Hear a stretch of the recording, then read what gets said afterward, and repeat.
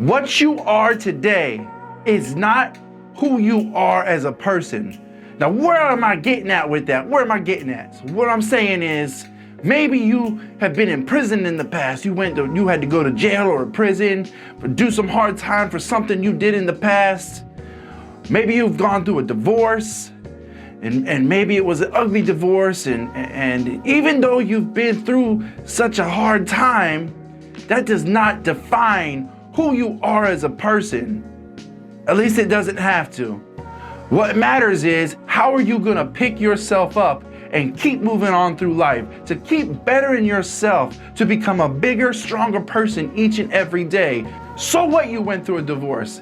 That just means you weren't right for that person. But there's still billions of other people on this planet that you could be right for. I mean, you just gotta pick yourself up and tell yourself you are worth it. You got some special gifts in you. You've got greatness in you, and you are worth it. But you gotta see that for yourself. You know, some of y'all might have come out of prison for something you did in your early days. You know, something that you got mixed up with the wrong people. You were in the wrong place at the wrong time. You weren't thinking clearly. Well, guess what?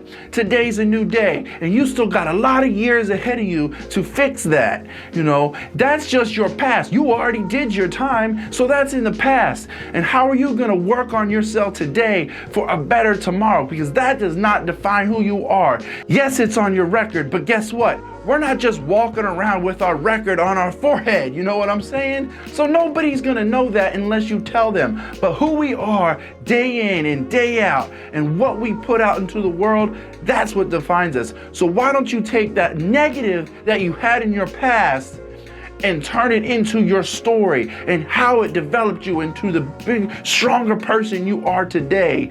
You know, that's just a building block to the best version of ourselves. Let's just make it that.